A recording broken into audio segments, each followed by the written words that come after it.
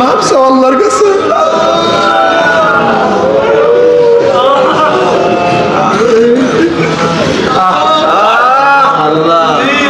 ওরে জালেম, তুমি কি দেখো নাই তোমার পায়ে দামি জুতা, তোমার বাবার পায়ের মধ্যে জুতা ছিল না?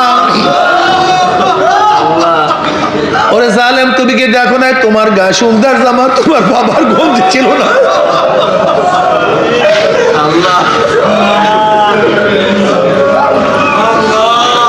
ওরে জালেম, তুমি কি দেখো নাই তোমার মুখে সুন্দর খানা, তোমার বাবার পেট ক্ষুধার্ত?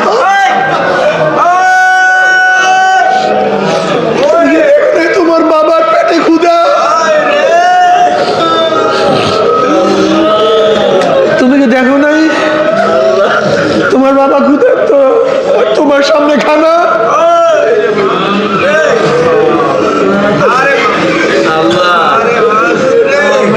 ওরে জালেম, তুমি কি দেখো নাই তুমি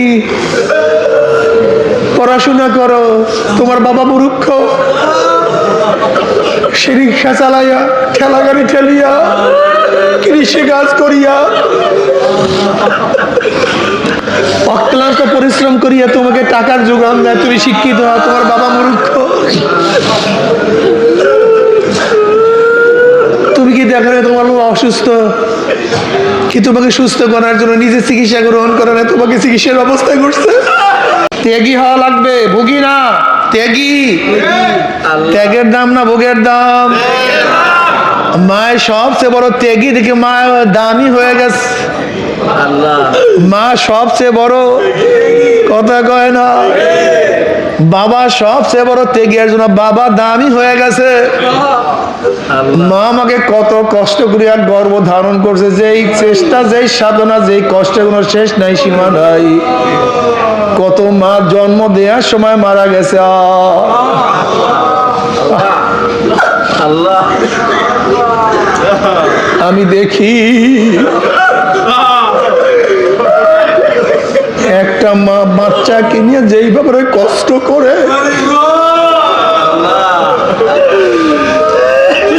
মনে হয় যেন বাচ্চা মার সাথে সবসময় লটকাইয়াই থাকে।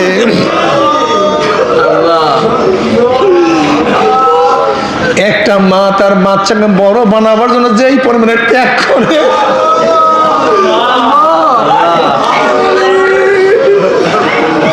তুমি তোমার ঘরের মেয়েদের দিকে তাকাইয়া দেখিও, যাদের ছোট ছোট বাচ্চা আছে তাদের ব্যাপারে একটু গভীর গবেষণা করিও, একটু গভীর গবেষণা করি। একটা বাচ্চা নিয়ে তার মা কত ত্যাগ করে, একটা বাচ্চা নিয়ে তার মা কি সাধনা করে।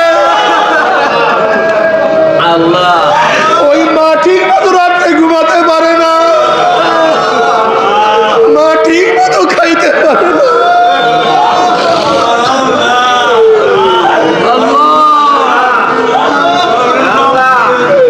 মা সব সময় মেতরের কাজ করে, পায়খানা প্রসাব সাপের কাজ করে।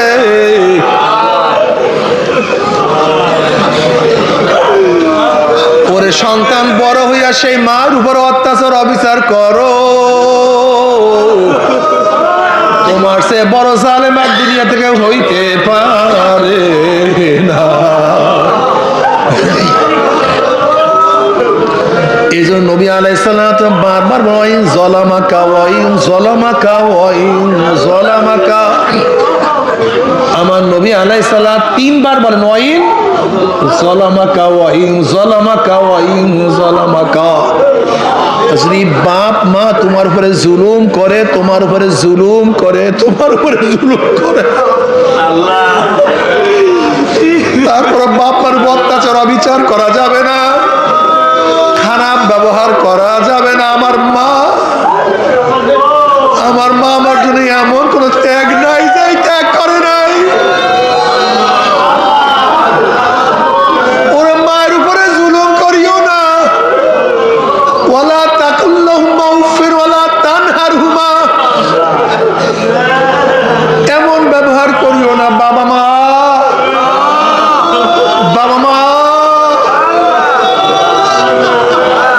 এই মুখটা এই কষ্টদায়ক শব্দ ব্যবহার করে, এরকম শব্দ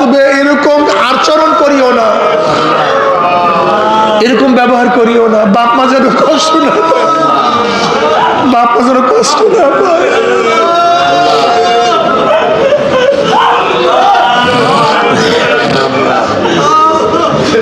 বাপ মাকে কষ্ট দিও না। বলে হুজুর বাপ মাকে তো কষ্ট দিস, তখন তো জালেম ছিলাম, বুঝতাম না, সে তো মারা গেছে। বেশি বেশি কবর জিয়ারত করো, বেশি বেশি কবর জিয়ারত করো, বেশি বেশি ছেলে সওয়াব, বেশি বেশি সওয়াব পাঠাবার চেষ্টা করো, বেশি বেশি সৎকা করো, বাপ মার নামে বেশি বেশি দান করো, মাপ চাও আল্লাহর কাছে।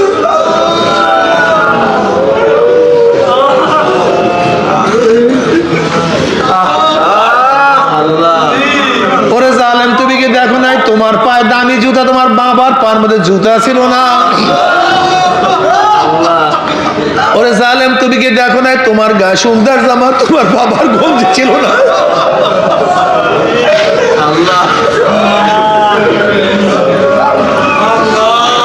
ওরে জালেম, তুমি কি দেখো নাই তোমার মুখে সুন্দর খানা, তোমার বাবার পেট ক্ষুধার্ত?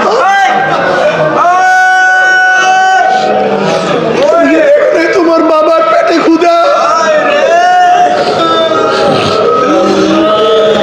তুমি কি দেখো নাই তোমার বাবা ক্ষুধার্ত, তোমার সামনে খানা?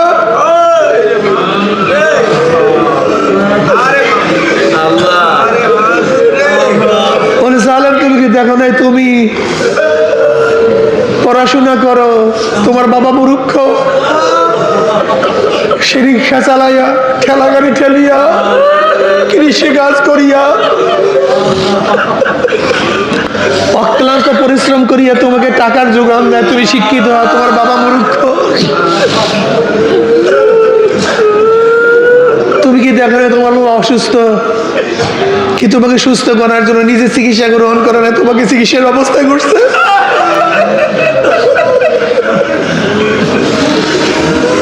তুমি কি দেখো নাই তুমি ঘুমান্ত, তোমার বাবা জাগ্রত?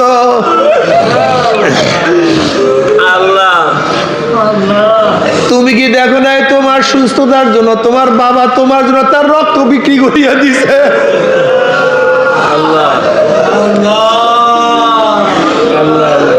ওরে জালেম, তুমি কি দেখো নাই তোমার বাবার জিন্দেগির সমস্ত কামাই তোমার জন্যই রাখিয়া গেছে? তোমার বাবার এত জিন্দেগির এত চেষ্টা, এত সাধনা, এত কষ্ট, এত কষ্টের সমস্ত সম্পত্তি তোমাদের জন্য রাখিয়া গেছে। এরপর সেই বাবার সাথে জুলুম করো, অত্যাচার অবিচার করো, তোমার সে জালেম, তোমার সে নাফরমান আর দুনিয়াতে কেউ হইতে পারে না। বাবা মার সাথে অবিচার করিও না, জুলুম করিও না, খেদমত করিও, খেদমত করিও।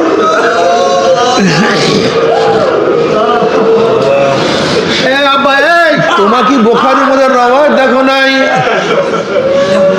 তুমি কি বুখারীর মধ্যে রওয়ায়াত দেখো নাই? জনাব মুহাম্মদ রাসূলুল্লাহ সাল্লাল্লাহু আলাইহি ওয়াসাল্লাম ফরমান, বুখারী শরীফের রওয়ায়াত আছে, বনি ইসরাইলের 3 ব্যক্তি কাজে বের হইছে, হঠাৎ ঝড় বৃষ্টি, এক গুহার মধ্যে তারা পালাইছে, লুকাইছে, আশ্রয় গ্রহণ করছে। হঠাৎ একটা বড় পাথর সেই গুহার মুখে পড়িয়া গেছে। এখন সেখান থেকে আর বের হতে পারে না। এবার 3 জনের পরামর্শ করে, আসো ভাই আল্লাহর কাছে দোয়া করি, জীবনে যে যে ভালো আমল করছো ওই ভালো আমলের উসিলায় যেন মাওলা আমাদেরকে এই বিপদ থেকে উদ্ধার করিয়া দেয়।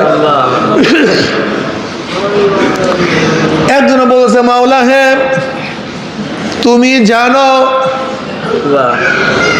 আমার সাথে আমার এক মেয়ের সাথে সম্পর্ক ছিল, সে অনেক সুন্দরী, খুব সুন্দরী সুস্ত্রী এক মহিলা ছিল। সে আমার কাছে একবার আসছিল কিছু জরুরাতের জন্য। জরুরাতের কাছে আসার পরে আমি তার কাছে খারাপ প্রস্তাব দিলাম, যদি তুমি আমার এই প্রস্তাবে রাজি হও আমি তোমাকে জরুরাত পূরণ করব। মহিলা আমার প্রস্তাবে রাজি হইলেন না, তিনি বাড়িতে চলিয়া গেলেন। কিন্তু তার সন্তানও অনেক ক্ষুধার্ত ছিল,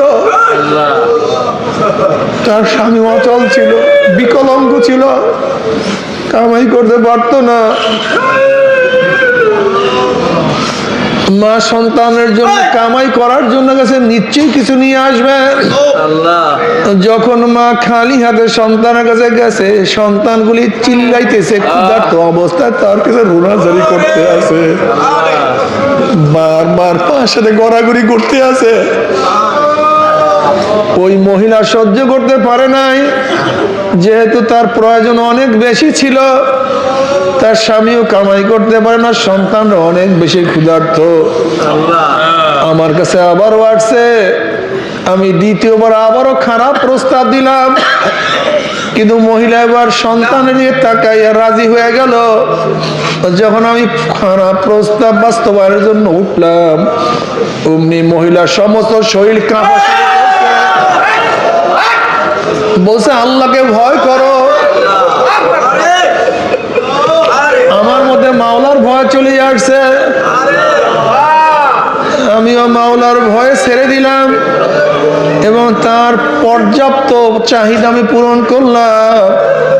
মাওলা যদি একমাত্র তোমার ভয়েই যদি আমি সেই গুনাহ থেকে ফিরিয়া থেকে আমাদের বিপদ থেকে তুমি মুক্তি করিয়া দাও।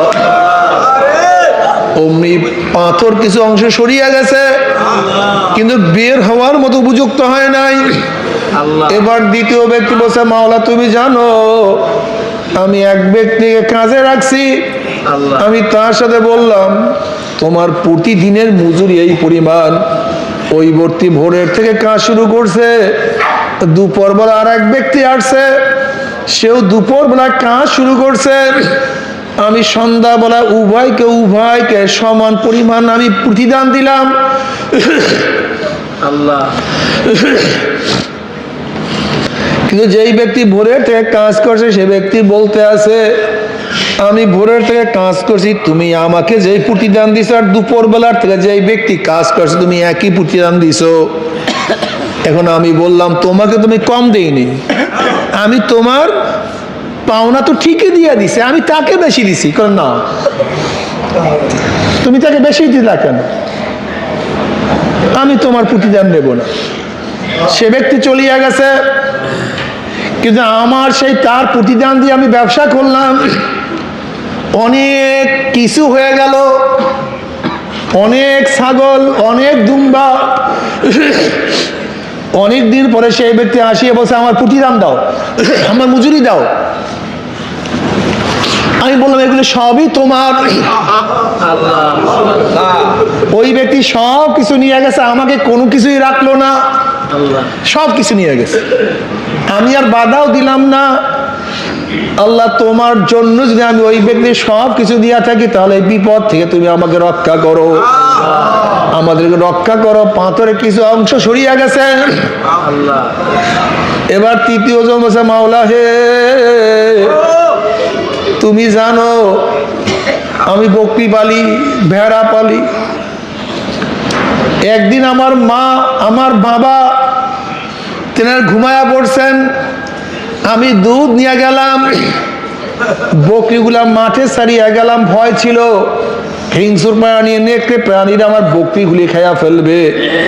কিন্তু ওইদিকে আমার বাপ মা ক্ষুধার্ত, তাদেরকে না খাওয়াই আমি যেতে পারি না। ওইদিকে বকরিগুলার চিন্তা ছিল, দুম্বা ভেড়ারও চিন্তা ছিল, আবার বাপ মাকে না খাওয়াই আমি যেতে পারি না। আমি বাপ মা শিওরের কাছে দাঁড়ায় রইলাম, সারা রাত্র দাঁড়ায় রইলাম, বকরির চিন্তা বাদ দিলাম, বাপ মা সেবার জন্য রয়ে গেলাম। মাওলা হে যদি মাওলা তোমার সন্তুষ্টির জন্য আমি কাজ করিয়া থাকি, বিপদ থেকে উদ্ধার করো। অমনি গর্ত থেকে পুরা পাথর সরিয়া গেছে, তারা বের হয়ে আসছে।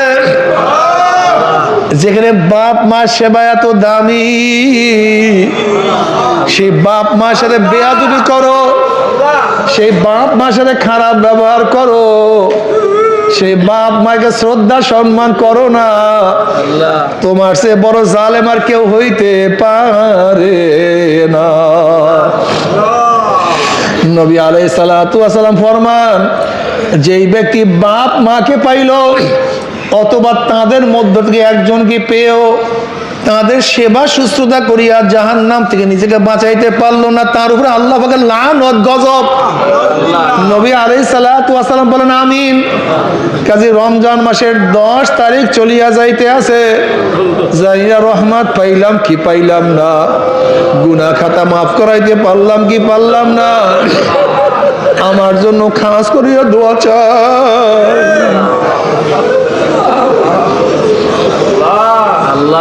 সবার কাছে দোয়া চাই যেন আল্লাহ আমাকে মাফ করিয়া দেয়, গুনার থেকে বাঁচিয়া থাকার তৌফিক দেয়া দেয়। আমিও সবার জন্য দোয়া করি, আমরা সবাই সবার জন্য প্রাণ খুলিয়া দোয়া করব, আমরা প্রত্যেকের জন্য দোয়া করব। যেন আল্লাহ আমাদের সবাইকে মাফ করিয়া দেন। আল্লাহুম্মা